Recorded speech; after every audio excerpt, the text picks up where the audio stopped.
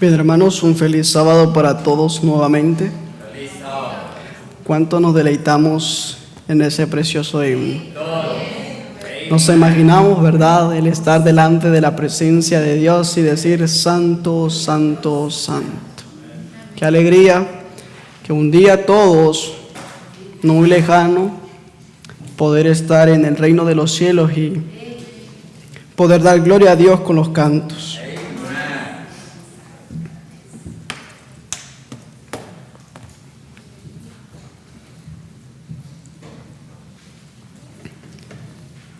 Habíamos comenzado a estudiar hace algunos sábados atrás. Habíamos comenzado a estudiar una serie conociendo la historia para no volver a repetirla. ¿La recuerda? El propósito y el fin de volver a repasar la historia no es solamente para contarla. Sí, gracias. No es solamente para contarla, no es solamente para ver los errores, no es solamente para ver las dificultades y ver las alegrías que pasó el pueblo de Israel, sino para que tengamos una reflexión tan grande de cómo estamos nosotros en este tiempo que vivimos, sino para ver cómo está nuestra vida delante de la presencia de Dios, sino para ver qué tanto dependemos de Dios y no de nosotros mismos. La última vez que estudiamos, nos quedamos en que Dios había escogido a Abraham con el propósito de hacer de él una nación grande que dependiera solamente de Dios y que fuera luz en el mundo. Después Dios hizo la elección con sus descendientes. Y precisamente de ahí vamos a partir nuevamente. No sin antes ir a nuestras Biblias, al libro de Segunda de Pedro, versículo muy conocido para todos. En el libro de Segunda de Pedro,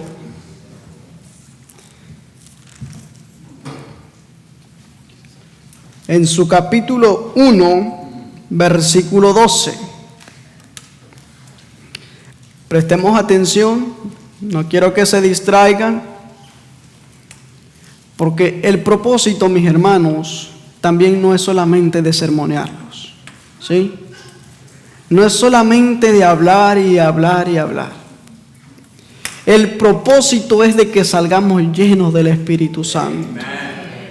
El propósito es que cada vez que salgamos de aquí, salgamos con nuevas visiones diferentes. Que salgamos pensando en que vamos a ser personas diferentes. Que vamos a ser personas que reflejemos el carácter de Cristo. Yo no quiero que usted solamente venga y que usted se vaya a su hogar de la misma forma que usted vino, ¿sí? Que ya no cometamos esos mismos errores de seguir dando vueltas en el desierto.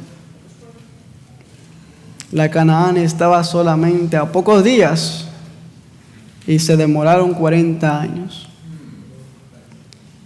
En nosotros está el deber no solamente de esperar la venida de Cristo, sino de apresurarla. Pero ¿cómo la apresuramos? Por eso es muy importante que tengamos en mente lo que estamos viendo.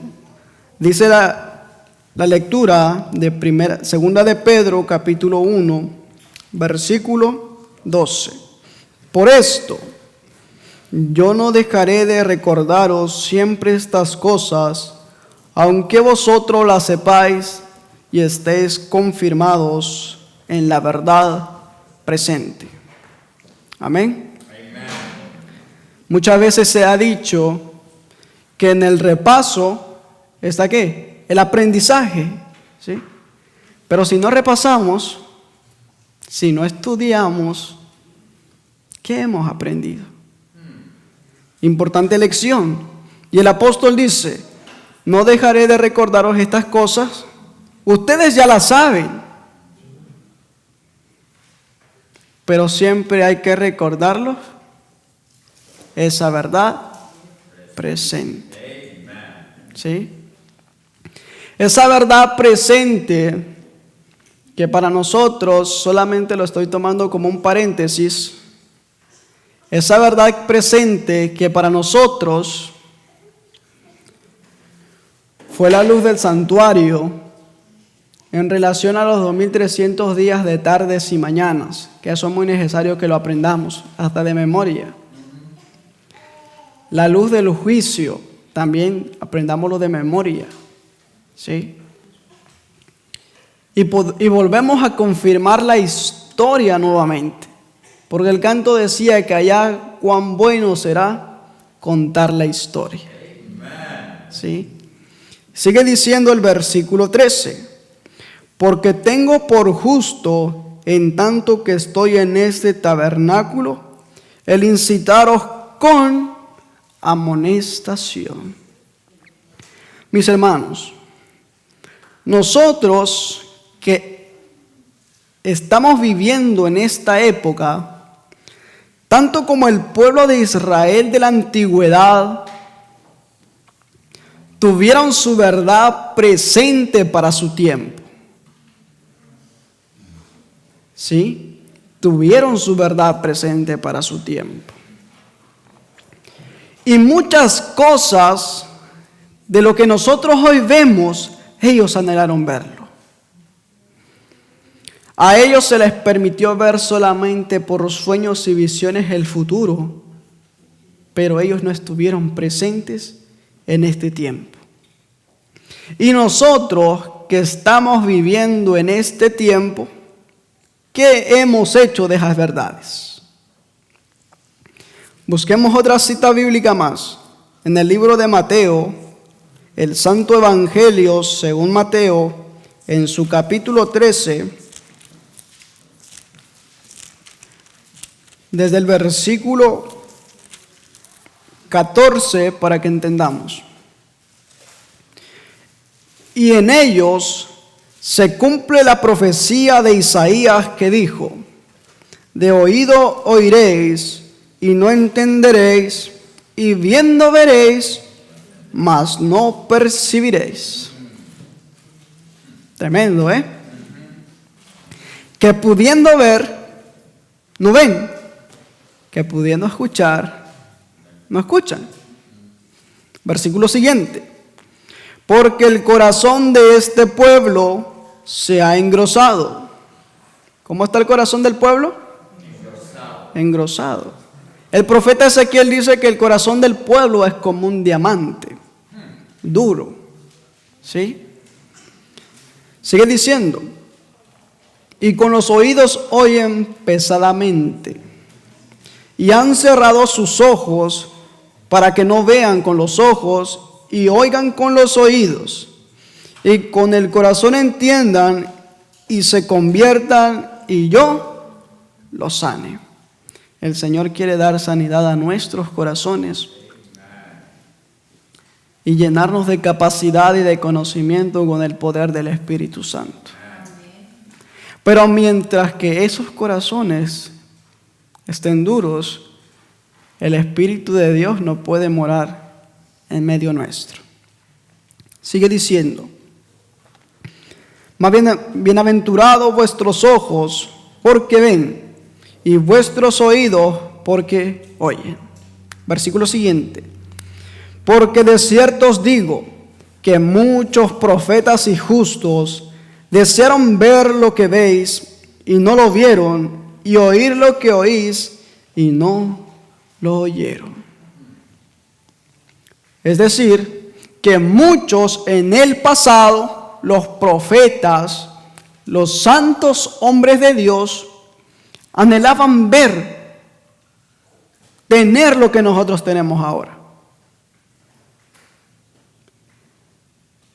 ¿Cómo hubiera sido la vida de ellos, de los profetas justos, si ellos conocieran estas verdades de este tiempo?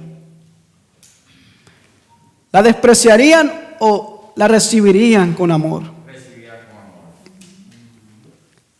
Pero ¿qué hay de nosotros? Estamos hablando de nosotros. ¿Qué hay de nosotros? ¿Ya vieron el título del tema? La segunda parte, Israel como pueblo escogido de Dios. Ahora abramos nuestras Biblias en Primera de Corintios, aunque va a ser más práctico para ustedes el estar viéndolo en la pantalla. ¿Sí? Dice la nota. Y estas cosas les acontecieron como ejemplo y están escritas para amonestarnos a nosotros, a quienes han alcanzado los fines de los siglos. Así que el que piensa estar firme, mire que no caiga. La historia, lo que sucedió en el pasado, para nosotros, ¿qué debería de ser? Ejemplo. Pero ¿qué pasa con nosotros hoy día? Ese es el problema. Que cuando vemos la Biblia y vemos la historia, se nos parece aburrida. ¿Sí? Vemos la historia ahí y decimos, ay no, qué aburrido. Pero cuando ve en la Biblia los defectos de carácter, de personalidad que tenía el pueblo, ahí sí. Miren, ahí se equivocaron. Pero cuando vemos lo nuestro, si lo que sucedió en el pasado es para entenderlo y para que nosotros hoy no cometamos los mismos errores, no cometamos los mismos pasos. La Canaán celestial está tan cerca que si en el corazón del pueblo de Dios hubiera un arrepentimiento genuino, una conversión verdadera, ya no estaríamos en la tierra. Ya Cristo hubiera venido, porque Él viene. Muchas veces usted dice, yo voy a esperar la venida de Cristo. Pero no se da cuenta que evento de los últimos días, en el capítulo La Iglesia de Dios, dice que Cristo viene cuando en su iglesia se ve a Cristo reflejado, porque entonces Él viene a reclamarlos como suyo. Pero ¿qué ha pasado? Entonces, vemos que la historia quedó como ejemplo para nosotros. Ahora, antes de entrar en eso que vamos a leer, vamos a regresar a lo que fue nuestra lectura bíblica. El libro de Éxodo.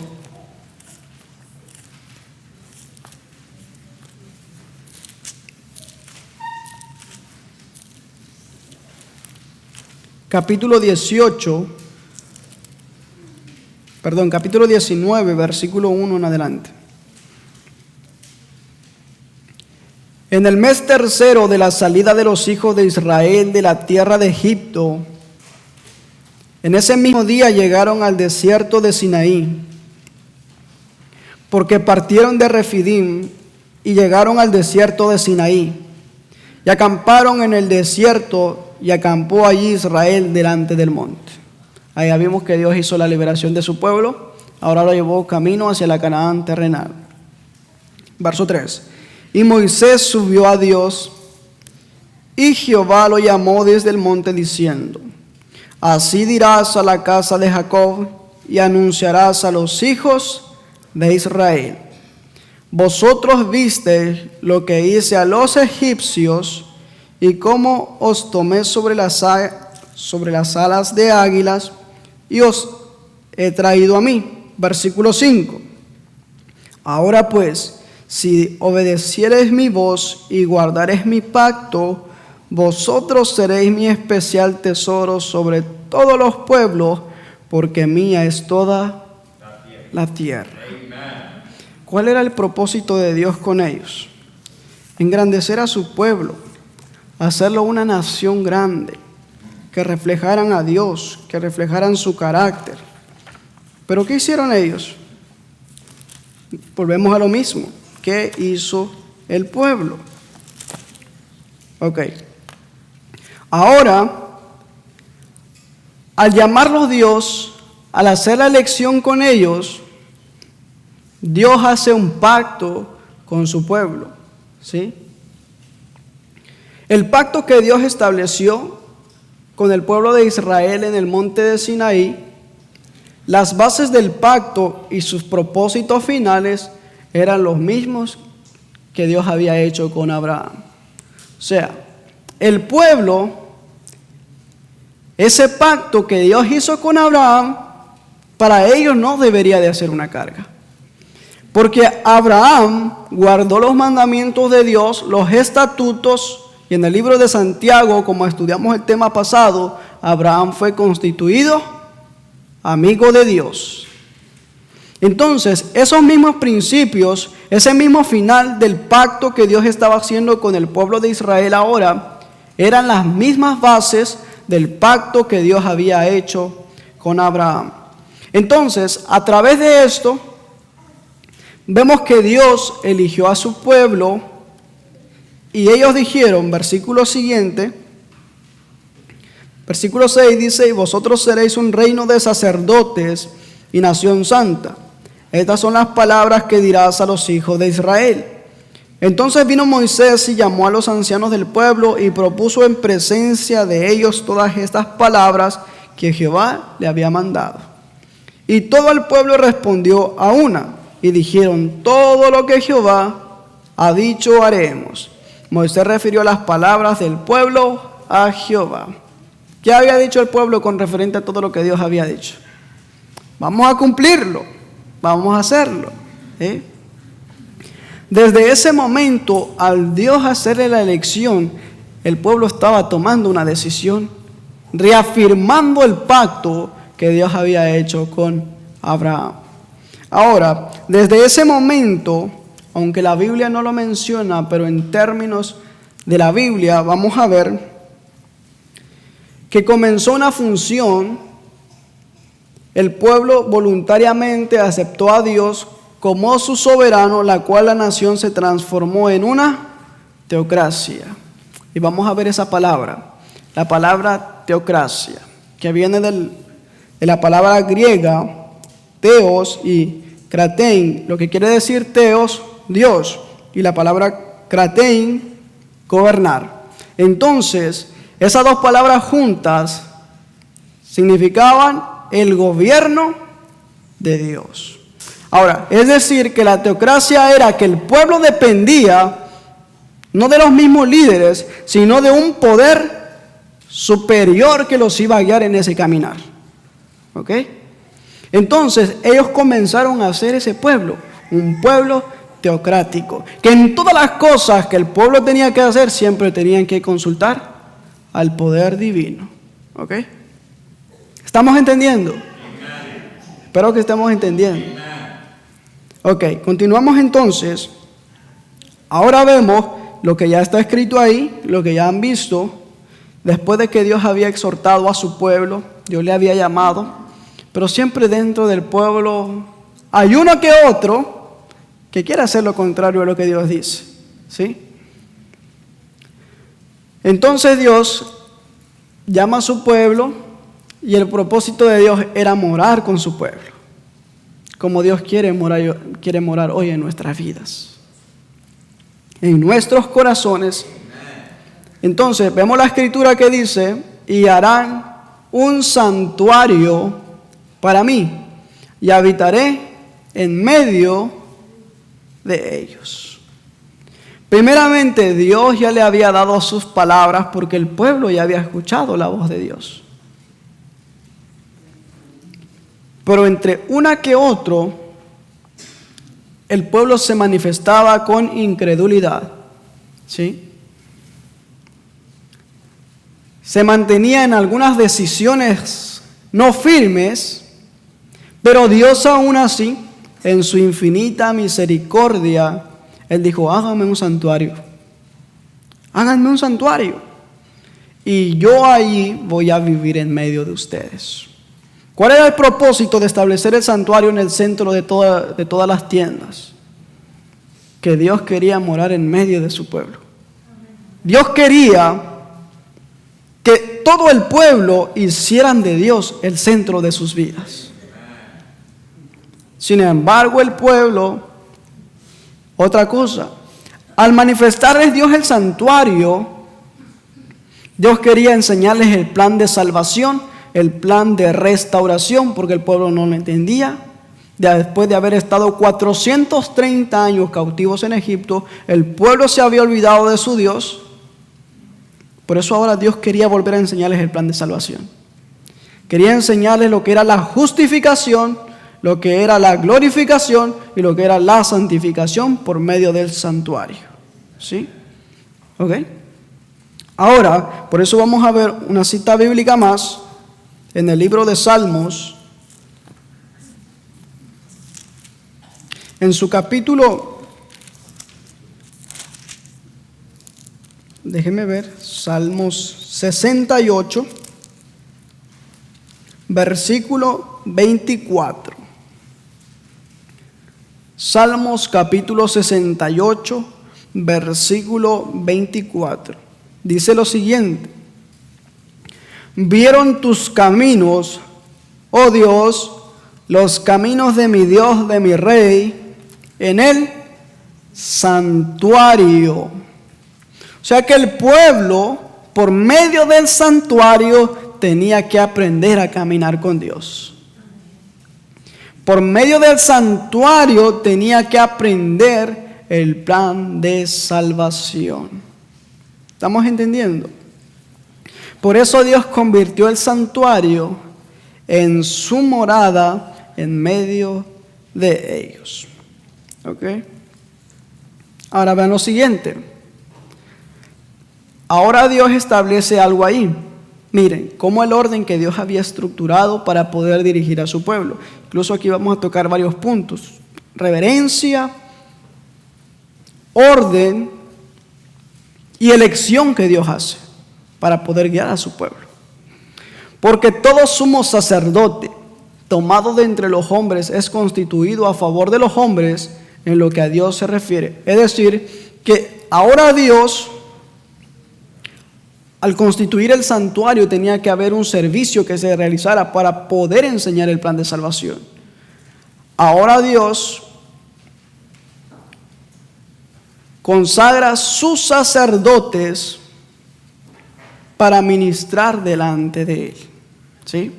Ahora consagra a sus sacerdotes para que ellos ministren en el santuario. Por eso ahí vemos la cita que estamos leyendo, porque todo sumo sacerdote tomado de entre los hombres es constituido a favor de los hombres. O sea que todo penitente que quería recibir el perdón tenía que venir al santuario y traer su ofrenda a los sacerdotes para que ellos hicieran el sacrificio. ¿Sí? Sigue diciendo, porque todo sumo sacerdote está constituido para presentar ofrendas y sacrificios, por lo cual es necesario que también éste tenga algo que ofrecer. O sea, acá estamos viendo lo que el sacerdote hacía y lo que Cristo hizo por nosotros. ¿Sí? Todo lo que estaba en el santuario se juntaban en una sola cosa, en una sola persona.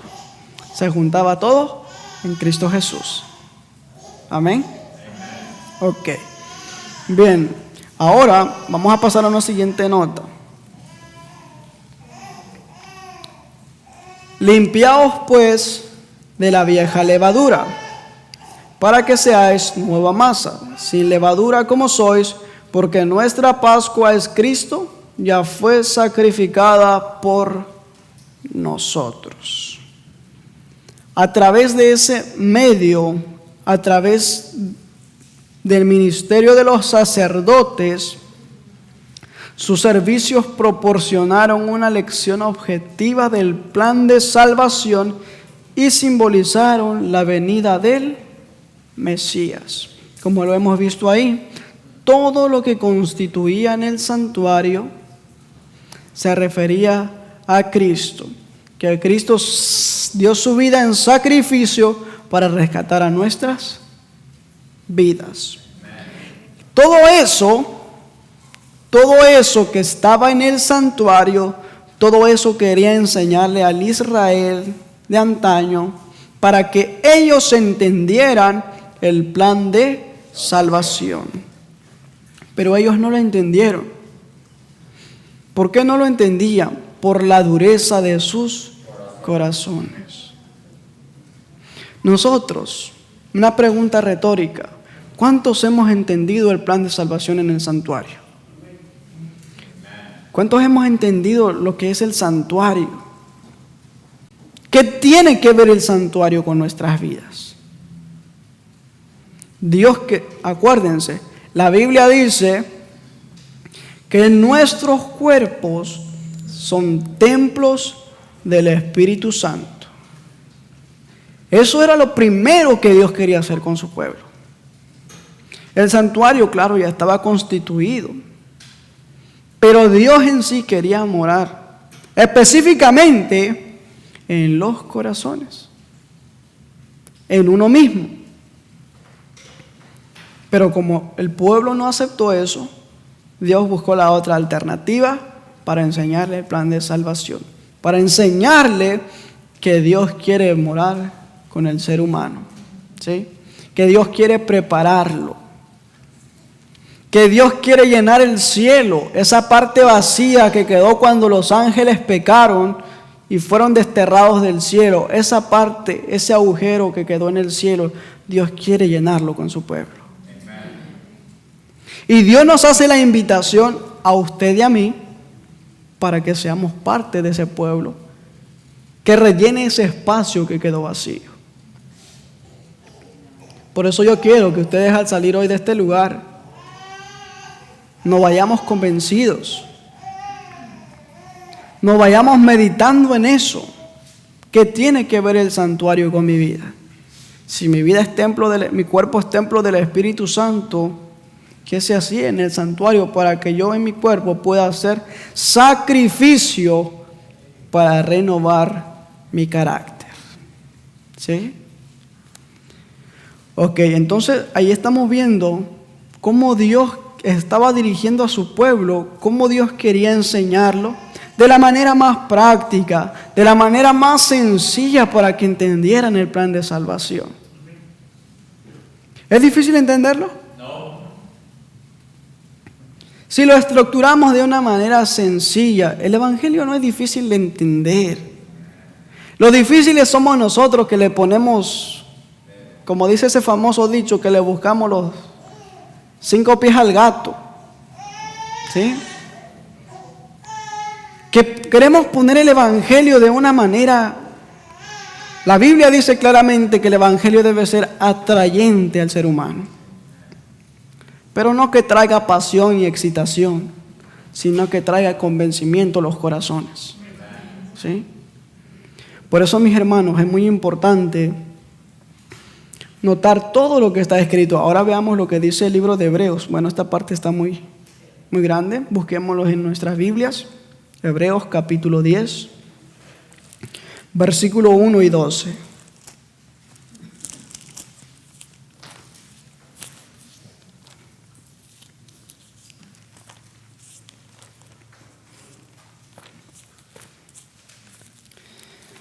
Hebreos 10, versículo 1 al 12. Dice lo siguiente: porque la ley, teniendo la sombra de los bienes venideros, no la imagen misma de las cosas, nunca puede, por los mismos sacrificios que se ofrecen continuamente cada año, hacer perfectos a los que se acercan. Ahí vemos la primera parte. A veces esto es un poquito difícil para nosotros de entenderlo, porque siempre hacemos confusión algunas cosas con las otras, ¿sí? Sin embargo, acá vemos el servicio anual que se hacía cada año, el cual se llama el día de la expiación, ¿sí? Donde se limpiaban los pecados, donde se borraban. Hasta ahí déjeme decirle, solo tomo como un ejemplo para que vayamos entendiendo. Porque muchas personas dicen que en la muerte de Cristo se borraron todos los pecados, ¿sí? Pero cuando nosotros entendemos esto, vemos que hasta en ese día de la expiación se borraban todos los pecados, se limpiaba todo, ¿sí? Así que recordemos, estamos en el gran día de la expiación. ¿Qué tanto se ha borrado de tus pecados? Sigue diciendo, de otra manera cesarían de ofrecerse, pues los que tributan este culto. Limpiados una vez, no tendrían ya más conciencia de pecado. Pero en estos sacrificios cada año se hace memoria de los pecados, porque la sangre de los toros y de los machos cabríos no puede quitar los pecados. Ahí está claramente. Por eso es necesario que viniera el verdadero sacrificio. Por lo cual, entrando en el mundo, dice, sacrificio y ofrenda no quisiste, mas me preparaste cuerpo.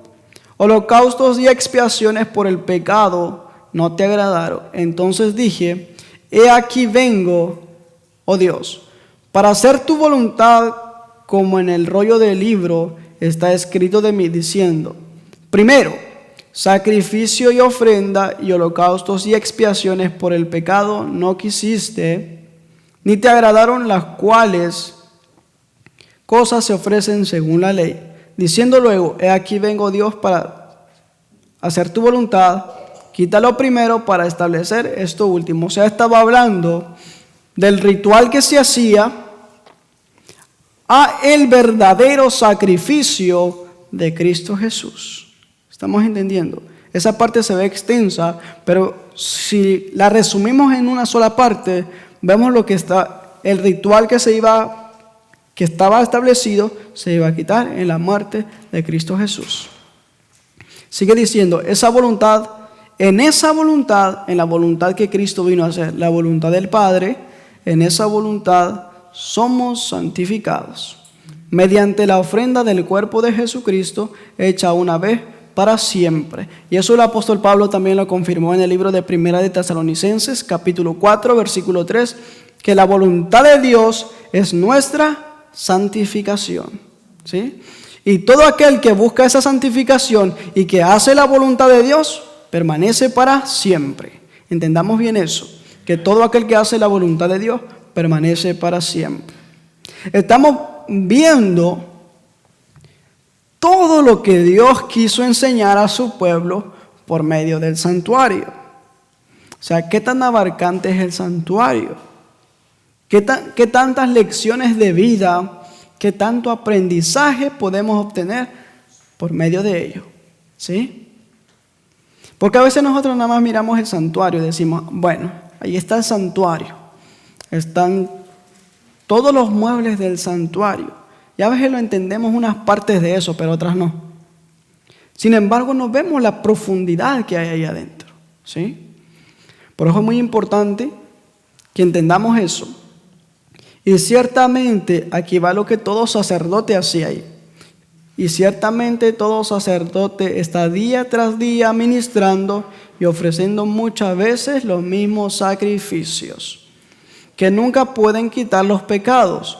Pero Cristo, habiendo ofrecido una vez para siempre un solo sacrificio por los pecados, se ha sentado a la diestra de Dios.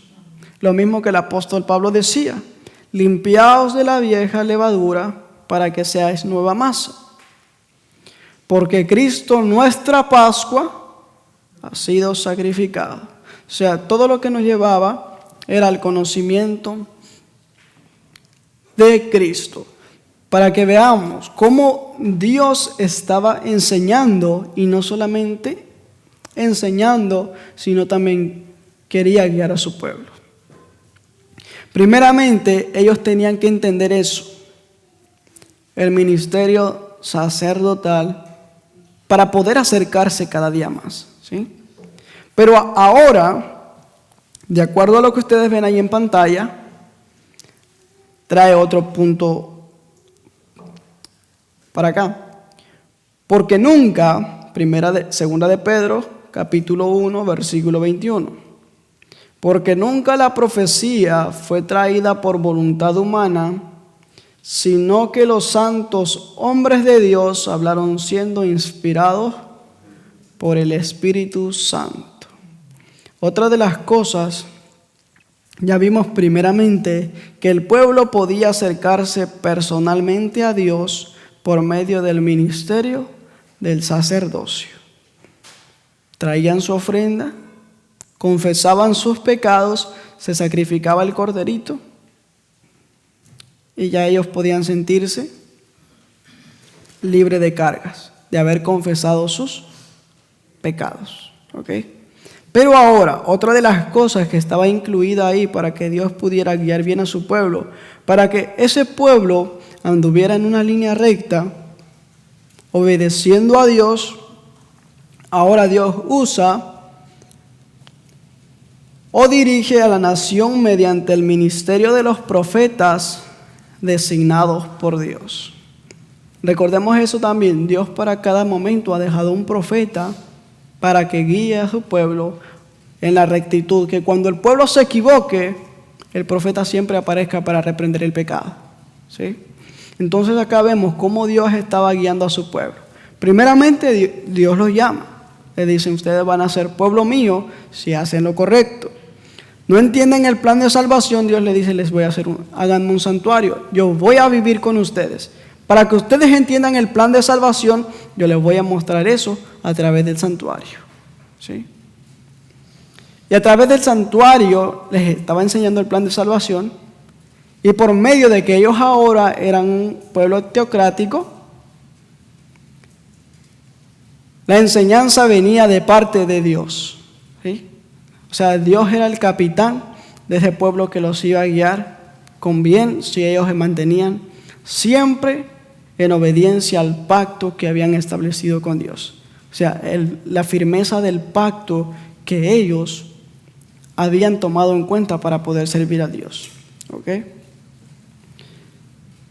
Siguiente, y acá vemos claramente lo que Dios hace. Porque no hará nada Jehová el Señor sin que revele su secreto a sus siervos los profetas. ¿Qué ventaja tiene pues el judío?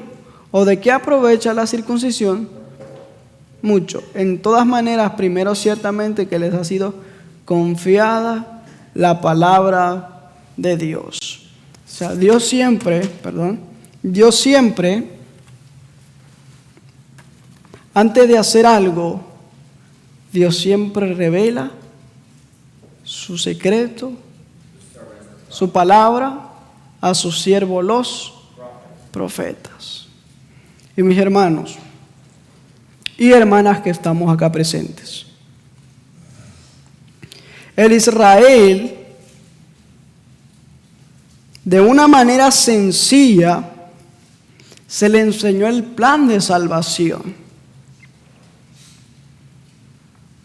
A nosotros, como seres humanos que vivimos en los finales de los siglos, ¿acaso no tenemos las mismas advertencias, la misma enseñanza? ¿O aún superior? Sí la tenemos. Pero, ¿por qué se ve menos espiritual? Porque déjenme decirles, tomamos muchas veces al pueblo de Israel como que fracasaron. Pero hay una nota del espíritu de profecía que dice que los que han llegado a los finales de los siglos, que los que hemos llegado a este tiempo, incluso hasta podemos estar peor que el pueblo de Israel. ¿Sí? El pueblo de Israel literal fue desobediente, pero aún el Israel espiritual quiere seguir siendo más desobediente de lo que fue el Israel literal. Que cada uno ha tenido verdades presentes en su tiempo, pero no se han cumplido esas verdades. No se han hecho. ¿Sí? Como por ejemplo, nuevamente, pregunta retórica. Si yo les preguntara a uno por uno, ¿qué se enseñó el sábado pasado? ¿Quién se va a acordar de qué se enseñó el sábado pasado? ¿Verdad que nadie? ¿Verdad que nadie se acuerda? Ok, ¿qué quiero tratar de decir con esto? Mis hermanos, si cada día, cada sábado que venimos y nos vamos a nuestros hogares meditando en el mensaje que hemos recibido, porque no es palabra de nosotros como hombres, es palabra de Dios. Pero si nos fuéramos a nuestros hogares meditando por lo menos en una palabra que hayamos escuchado y lo pusiera en ese trayecto de la semana en su vida práctica, ¿qué tanta espiritualidad tendría usted? ¿Qué tan grande sería ese fundamento de su fe? Inmenso, ¿sí? Inmenso. Pero como siempre volvemos a lo mismo, volvemos a las tradiciones y a los ritos. Dios no quiere que seamos un pueblo tradicional. Dios quiere que seamos un pueblo peculiar y diferente. Dios no quiere que usted venga solamente por costumbre. Dios quiere que usted venga porque Dios quiere ver su carácter en usted. ¿Sí? Así que tengamos en mente siempre esto, siempre activos, que al salir de este lugar, usted en el trayecto de la semana, usted va a poner en la vida práctica por lo menos un poquito de lo que usted ha escuchado. Porque si no lo hace así, vamos a pasar toda la vida dando vueltas y vueltas y vueltas. Y nos vamos a ir al sepulcro y vamos a ir iguales. A veces usted ve, hay personas que llevan más de toda su vida en la iglesia. Y no estoy juzgando, ¿sí? Hay que entender bien esas dos palabras, juzgar y reprender, ¿sí? El juicio es criticar a esa persona, hablar mal de él con otra persona y ver todos sus defectos y sus errores. Pero el reprender es redarguirlo, enseñarle, amonestarle para hacer lo correcto. ¿Sí? Y la reprensión se hace directamente a las personas. El juicio, el juzgar a una persona es criticarlo con otra persona. Entendamos bien esas dos partes. ¿Por qué traigo esto? Para que hagamos lo correcto. Para que seamos personas diferentes. Para que no seamos personas tradicionales, sino que seamos personas espirituales. Que hoy en día, si ponemos en balanza la espiritualidad con la mundanalidad, el carácter de Jesús y el carácter satánico, creo que pesa más, tiene más peso el carácter satánico. ¿Sí? Porque se ve menos Cristo en la humanidad. Se ve menos Cristo en la iglesia. Por eso, mis hermanos, es muy importante. Y como les digo, hay muchas personas que llevan la mayor parte de su vida dentro de la iglesia. Y usted lo ve igual como cuando entró. Y usted se pregunta, ¿por qué no ha hecho cambios? Porque todo ha sido tradición. ¿Sí? A diferencia de muchas personas que llevan 1 año, 2 años. Y cuando vienen a la iglesia se enamoran de Cristo cada día. Y usted ve a esa persona cada día más diferente. Solo para que veamos cómo cuando amamos a Cristo, nos aferramos al mensaje de Dios y lo ponemos en la vida práctica, con Cristo Jesús somos más que vencedores. Por eso es muy importante, mis hermanos, incluso miren, este tipo de gobierno lo que era la teocracia, que Dios iba a dirigir a su pueblo, aun cuando el pueblo se hiciese una nación grande, porque ahí iban camino todavía a la tierra prometida, pero cuando ellos se establecieran en la tierra prometida, ellos iban a seguir siendo un pueblo teocrático. Deuteronomio 17, 14 al 20, bueno, esta vez sí pueden verlo. Cuando hayas entrado en la tierra que Jehová tu Dios te da, y tomes por posesión de ella y la habites, y digas, pondré un rey sobre mí, como todas las naciones que están en mis alrededores. Ciertamente pondrás por rey sobre ti al que Jehová tu Dios escogiere. De entre tus hermanos pondrás rey sobre ti, no pondrás poner sobre ti a hombre extranjero, que en el cual eso, en el tiempo de los discípulos, se rompió esa línea, ¿sí? Que no sea tu hermano, pero él no aumentará para sí caballos, ni hará volver al pueblo a Egipto con el fin de aumentar caballos, porque Jehová os ha dicho, no volváis nunca por este camino, ni tomará para sí muchas mujeres, lo que se estaba viendo en la mañana, para que su corazón no se desvíe, ni plata ni oro amontonará para sí en abundancia. Y cuando se siente sobre el trono de su reino, entonces escribirá en sí, en un libro, una copia de esta ley del original que está al cuidado de los sacerdotes levitas. O sea, aun cuando el pueblo se hiciera una nación grande, iban a ser teocráticos todavía, porque ellos se iban a regir por la ley de Dios, ¿sí? Sus guías de ellos sería la ley de Dios, incluso ellos los reyes que fueran establecidos, ellos iban a guiar al pueblo con obediencia a la ley de Dios, ¿ok? Entendamos bien esto. Los sacerdotes tenían que hacer su oficio y tenían que ser personas consagradas y santificadas. Los profetas, Dios se manifestaba a ellos para corregir cada vez que el pueblo se equivocaba. Y la ley de Dios siempre tenía que ser su norma para poder estar correctamente delante de Dios.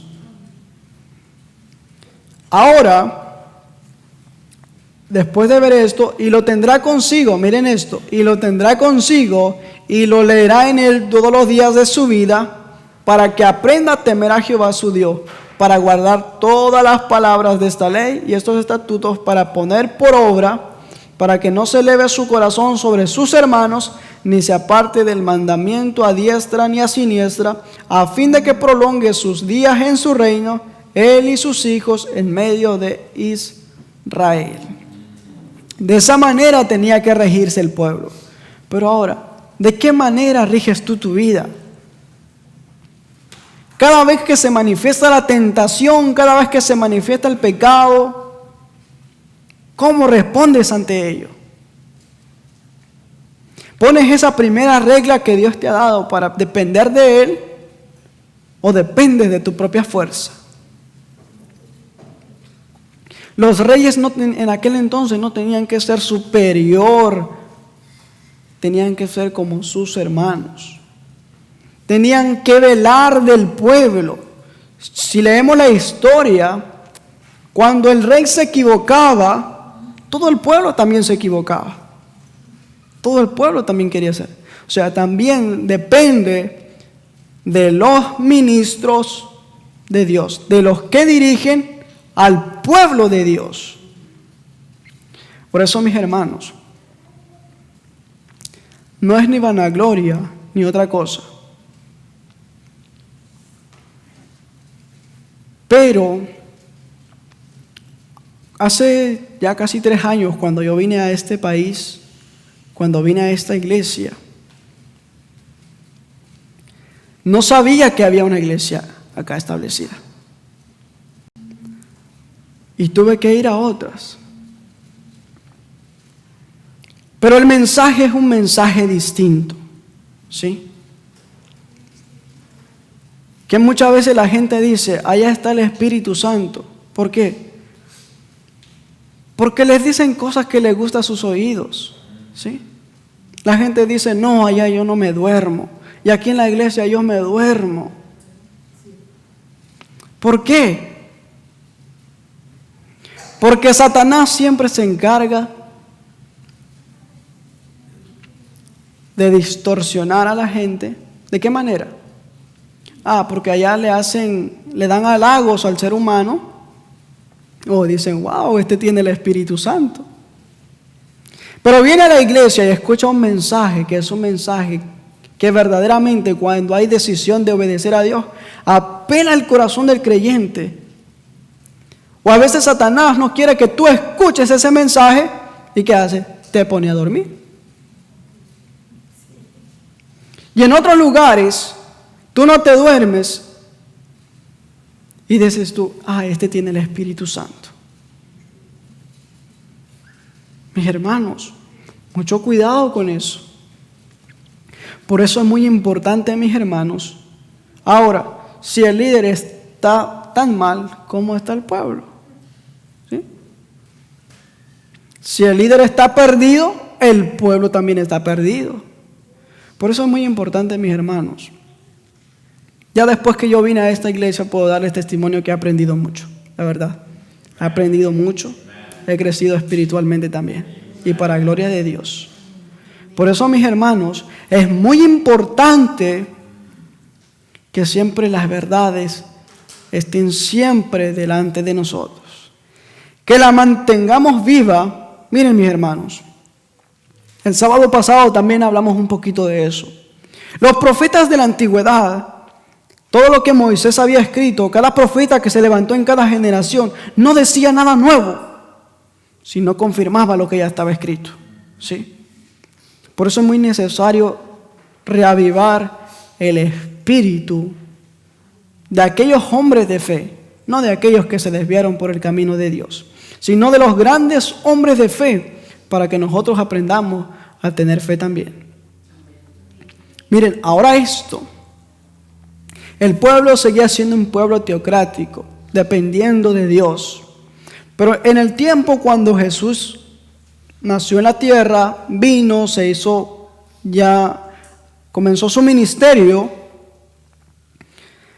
dice el versículo, pero ellos gritaron, fuera, fuera, crucifícale. Pilato les dijo, ¿a vuestro rey he de crucificar? Respondieron los principales sacerdotes. Mucho ojo, mucha atención. ¿Quiénes respondieron? Los principales sacerdotes, los líderes. No tenemos más rey que al César. ¿Qué estaba haciendo el pueblo en ese momento? Déjenme decirle, miren, esta nota está en el deseado de todas las gentes, la página 687, el párrafo 1.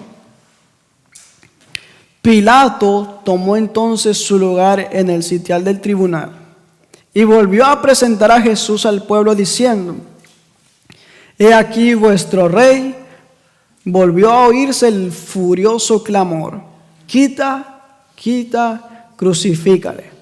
Con voz que fue oída lejos y cerca, Pilato preguntó, ¿a vuestro rey he de crucificar? Pero labios profanos y blasfemos pronunciaron las palabras, no tenemos rey sino a César. Lo siguiente, al escoger así a un gobernante pagano, lo cual había dicho que no eligieran, la nación judía se retiraba de la teocracia. O sea, ahora estaban dependiendo de ellos mismos, de los mismos líderes dependían de su propio conocimiento y a Dios lo habían dejado por un lado. ¿Sí? Entonces, rechazaban a Dios como su rey. De ahí en adelante no tendría libertador. No tendría otro rey sino a César. A esto habían conducido al pueblo los sacerdotes y maestros.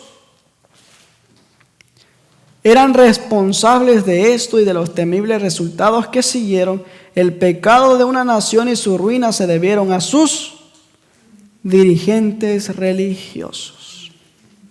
Así que mucho ojo con esto. Todo líder tiene que tener una grande responsabilidad con el pueblo.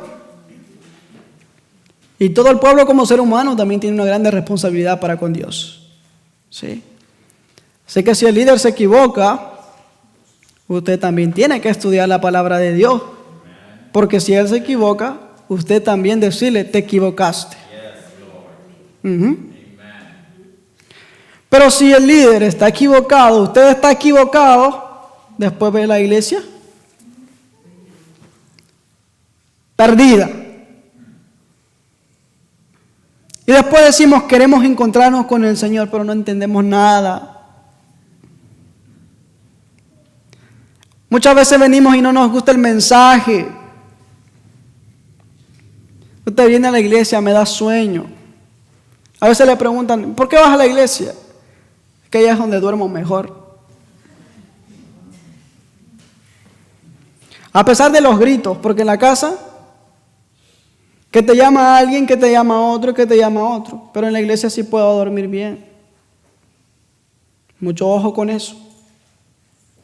Aprendamos cada día de Cristo. Aprendamos a ser diferentes. Aprendamos a no cometer los mismos errores. A esos líderes, el profeta Joel dice que los líderes, los ancianos tenían que reunir al pueblo y llorar, hacer santa asamblea. ¿Cuándo va a haber usted un ministro llorar verdaderamente? Porque el pueblo está perdido. Hoy los ministros solamente ven que la iglesia se va desparramando, no les importa nada. Solo el diezmo. ¿Sí? Ok, siguiente parte. El privilegio de la nación judía era el de representar el carácter de Dios tal como había sido revelado a Moisés. Ese fue el privilegio que recibió la nación judía para con Dios. Representar el carácter de Dios. ¿Cuántos queremos tener el carácter de Cristo? Amén. Así que también así como vienen los golpes, también así viene la medicina. ¿Sí? El Señor dijo que sus palabras son espíritu y son vida. Cuando las recibimos son vida. Cuando buscamos a Dios con un corazón sincero son vida. Pero cuando lo buscamos y no hay sinceridad ni humildad en nosotros, parece que a nosotros nos estuvieran golpeando. ¿Sí? Por eso siempre es necesario buscar la humildad y la sinceridad.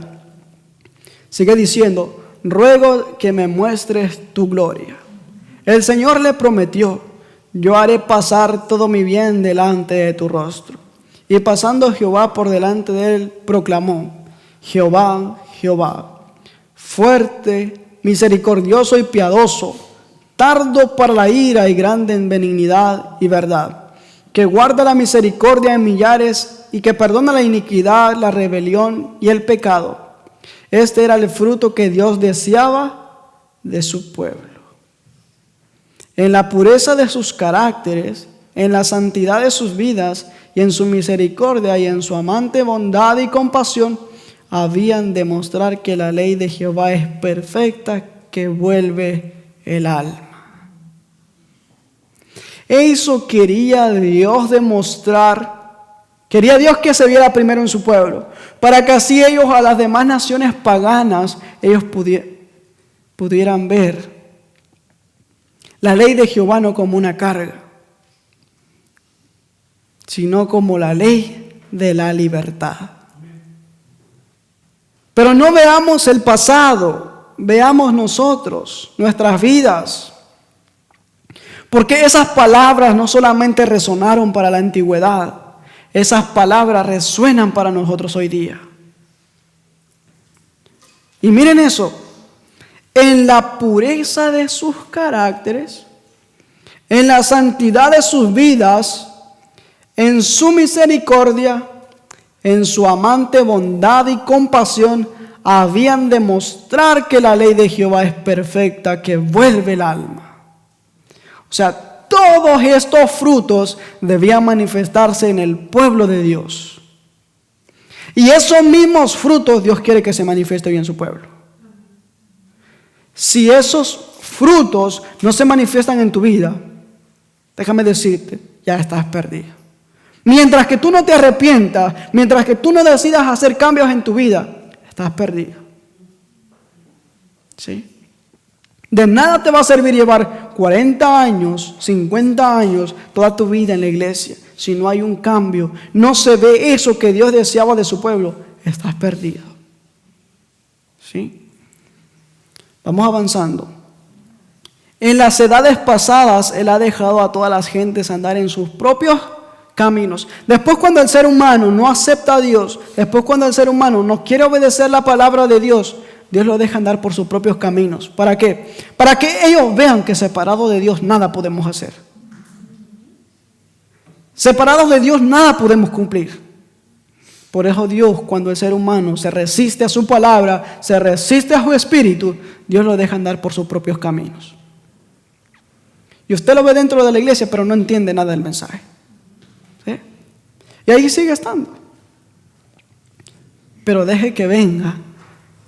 Eso será un tema muy aparte. Pero deja que venga el zarandeo. ¿Y qué va a pasar dentro de la iglesia? ¿Sí? Vamos a ir ya concluyendo. El día de la expiación, el sumo sacerdote, llevando una ofrenda por la congregación, entraba en el lugar santísimo con la sangre y la rociaba sobre el propiciatorio, encima de las tablas de la ley. En esa forma, los requerimientos de la ley que exigían la vida del pecador quedaban satisfechos. O sea, cuando se realizaba el sacrificio, la sangre tenía que llevarse hasta el propiciatorio, porque la paga del pecado es la muerte. ¿Sí? Entonces, demandaba sangre. Entonces, en su carácter de mediador, ahí está Cristo. El sacerdote tomaba los pecados sobre sí mismo y salía del santuario llevando la carga de las culpas de Israel. A la puerta del tabernáculo ponía las manos sobre la cabeza del macho cabrío de Azazel y confesaba sobre él todas las iniquidades de los hijos de Israel y todas sus rebeliones y todos sus pecados. Así los pondrá sobre la cabeza del macho cabrío. Y cuando el macho cabrío que lleva estos pecados era conducido al desierto, se consideraba con él, se alejaban para siempre del pueblo.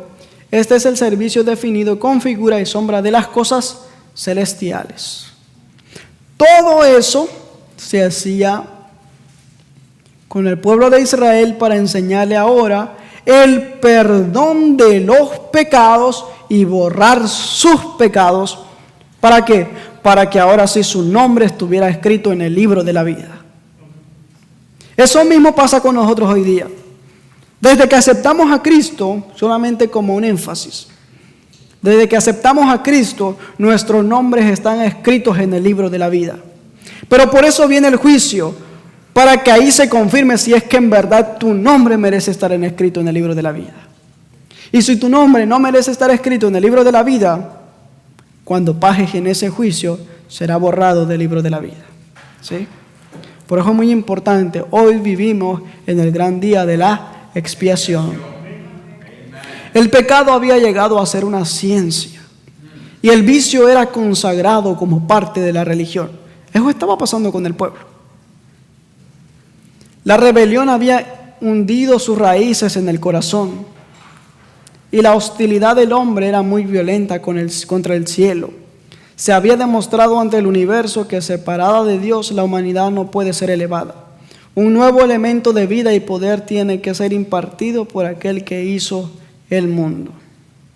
¿Ven la gran diferencia de los requerimientos de Dios que Dios pedía para que su pueblo reflejara su carácter? La bondad, el amor, la compasión. Pero, ¿cuál era el carácter del pueblo? El pecado había llegado a ser ciencia, el vicio era consagrado como parte de la religión. Ahora, mis hermanos, esto es muy importante.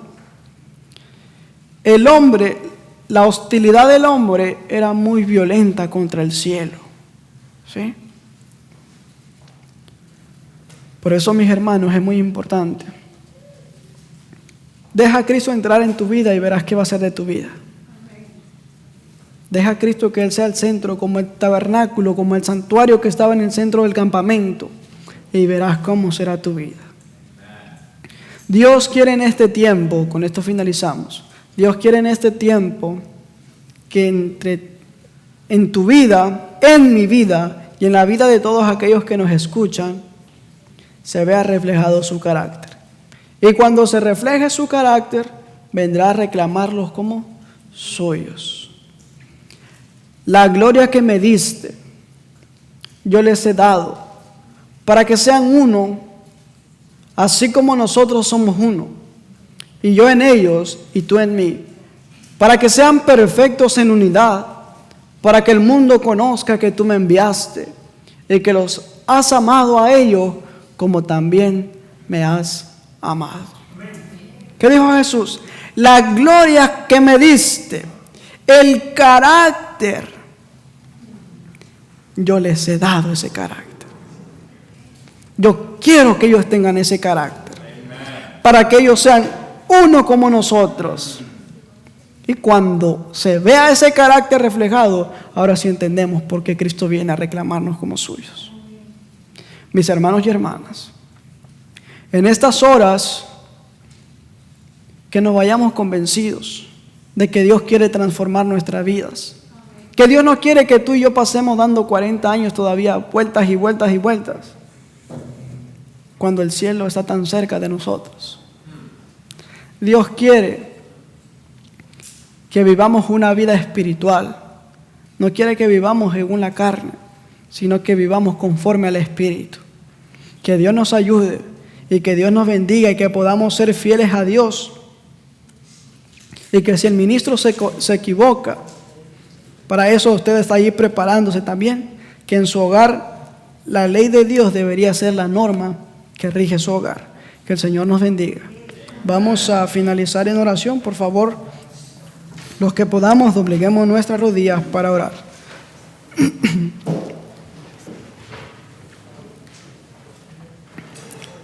Bondadoso Dios y eterno Padre que moras en los cielos, alabado y glorificado sea su nombre. En esta mañana, oh Padre, que lo que hayamos entendido pueda quedarse grabado en nuestros corazones, que puedan ser puestos en la vida práctica, que podamos ser personas espirituales, que podamos vivir conforme al Espíritu y no conforme a la carne, que podamos reflejar tu carácter, que podamos ser luz en el mundo, para que así, oh Padre, la gente te conozca. Como en el siguiente tema que vamos a analizar, donde tú dices que esa luz que tú diste a tu pueblo era para que las demás naciones vinieran a acercarse a tu pueblo y formaran parte de él. Por favor, oh Padre, que con todas las personas que nos asociemos, podamos reflejar tu carácter y que ellos vengan a tu conocimiento. Por favor, perdona si te hemos fallado. Estamos viviendo en el gran día de la expiación, donde todos los pecados tenían que ser borrados. Padre, perdónanos cada uno de esos pecados, para que así, al ser probados nuestros nombres en el libro de la vida, puedan ser merecedores de quedarse escritos ahí en ese libro. Ayúdanos, quédate en nuestros corazones, quita todo orgullo, toda soberbia, todo egoísmo. Y por favor que por medio de tu Espíritu Santo se manifieste la humildad que tú tuviste. Guárdanos de todo mal. Reprendemos toda obra del enemigo en este día santo. Y por favor que al concluir este día y al ir a nuestros hogares, nos vayamos convencidos de que tú estás con nosotros y que podamos decir santo, santo, santo, porque hemos tenido la victoria sobre el pecado. Quédate en nuestros corazones, como también en estos momentos bendice los alimentos que se han de ingerir a continuación, que puedan ser nutritivos en nuestro organismo y que pueda hacer todo para darte la honra y la gloria. Te lo pedimos y te lo suplicamos en el nombre de Cristo Jesús. Amén. Amén.